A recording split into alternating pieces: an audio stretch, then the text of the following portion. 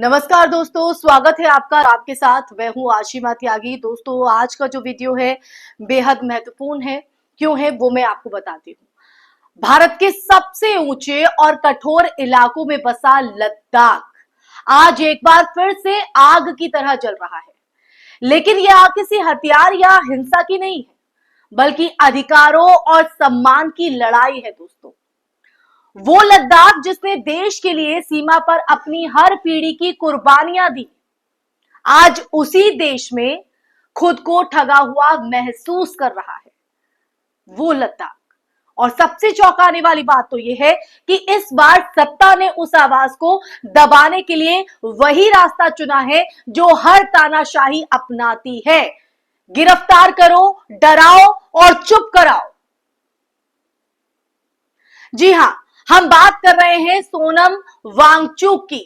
वही सोनम जिन्हें कभी नए लद्दाख की उम्मीद कहा गया, वही सोनम जिन्होंने जलवायु परिवर्तन से लेकर शिक्षा तक में लद्दाख को नई पहचान दी, वही सोनम जो आज अपने ही अधिकारों की मांग करने पर जेल में है, सलाखों के पीछे है। दोस्तों, लेकिन इस कहानी की अगर जड़ें हम आज से नहीं, कई दशक पहले बोई गई थी। दोस्तों, जब भारत आजादी के बाद अपने लोकतांत्रिक सफर पर आगे बढ़ रहा था, तब लद्दाख के लोगों की एक ही मांग थी कि हमें भी इस देश में वही हक मिले जो दूसरों को मिलता है।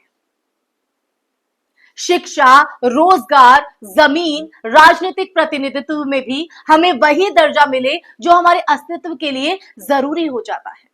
यही मांग लेकर सोनम वांगचुक के पिता सोमन वांग्याल ने 1970 के दशक में 2 बार आमरण अनशन किया। उस समय केंद्र में इंदिरा गांधी की सरकार थी। दिल्ली में बैठे लोग शायद इस आवाज को नजरअंदाज कर सकते थे। तो दोस्तों, लेकिन इंदिरा गांधी खुद लेह पहुंची और उन्होंने व्यक्तिगत रूप से उन्हें एक गिलास जूस पिलाकर इस अनशन को तुड़वाया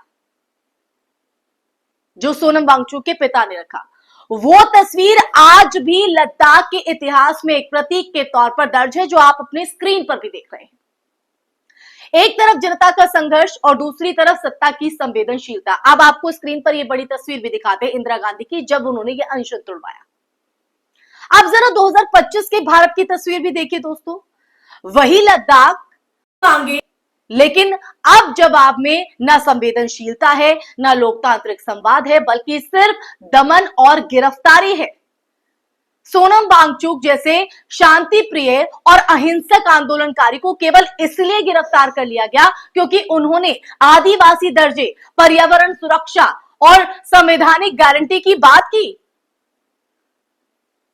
सोचिए, जिसने कभी नरेंद्र मोदी और उनके नए भारत के सपने पर भरोसा किया, वही आज उसी सरकार के हाथों लोकतांत्रिक अधिकारों से वंचित किया जा रहा है। अगर लद्दाख की मौजूदा मांगों की अगर बात करें तो लद्दाख की मौजूदा मांगे क्या है? बहुत सरल है। उन्हें संविधान के 6 अनुसूची के तहत संरक्षण चाहिए ताकि उनकी जनसंख्या, संस्कृति, जमीन, संसाधन बाहरी कंपनियों और राजनीतिक षड्यंत्रों से सुरक्षित रह सके। क्या ये गलत है? ये मांग गलत है। 2019 में अनुच्छेद 370 हटाने के बाद जब लद्दाख को केंद्र शासित प्रदेश बनाया गया था, तब मोदी सरकार ने विकास, पहचान और स्वायत्तता के वादे किए थे वहां की जनता से। लेकिन हकीकत में ना तो चुनी हुई विधानसभा मिली, ना ही संसाधनों पर स्थानीय नियंत्रण, और आज बड़े बड़े कॉर्पोरेट समूह वहां की जमीनों पर नजर गड़ाए बैठे हैं। दोस्तों, और स्थानीय जनता को लगता है कि उनकी जमीनें, उनका अस्तित्व धीरे धीरे उनसे छीना जा रहा है। और सबसे बड़ा सवाल तो यह है कि क्या अपने हक की मांग करना अब अपराध बन गया है? आवाज उठाना अपराध बन गया है? जवाब है हां। क्या लोकतंत्र में आवाज उठाने की सजा जेल है? जवाब है हां। जब सोनम वांग्याल ने ये मांग उठाई थी, तब देश की प्रधानमंत्री लेह आकर उनसे बात करती हैं।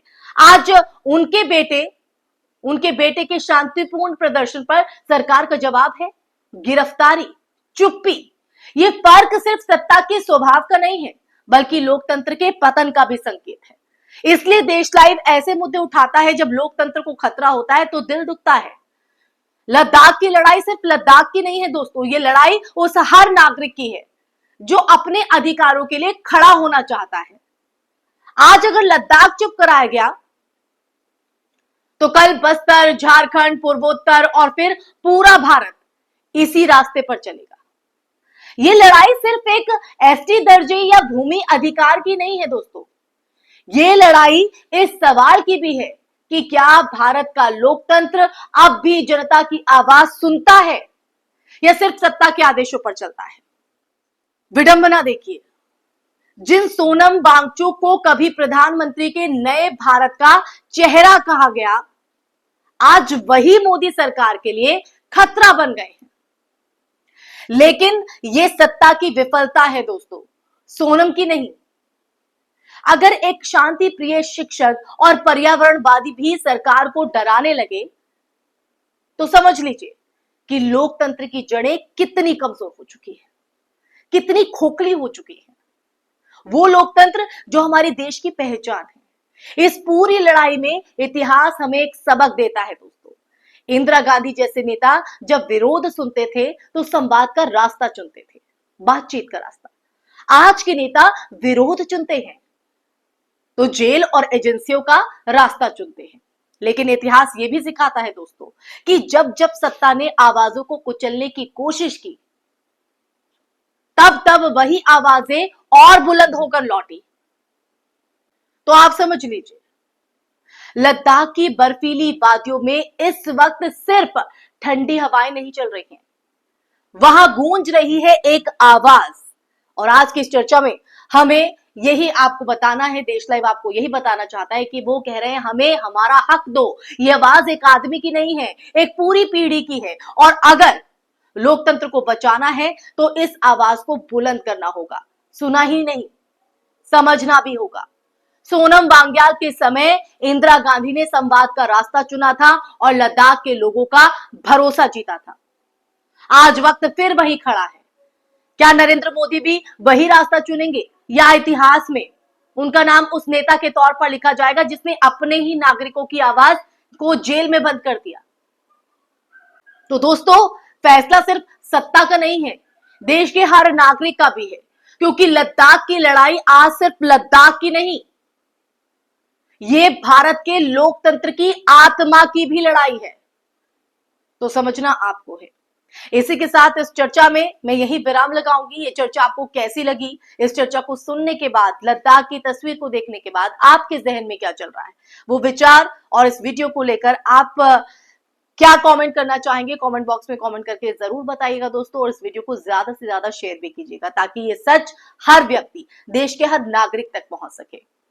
और हमारे चैनल सब्सक्राइब भी कीजिएगा। फिर हाजिर होंगे एक नए मुद्दे के साथ, तब तक के लिए अपना ख्याल रखिए। जय हिंद, जय भारत, नमस्कार।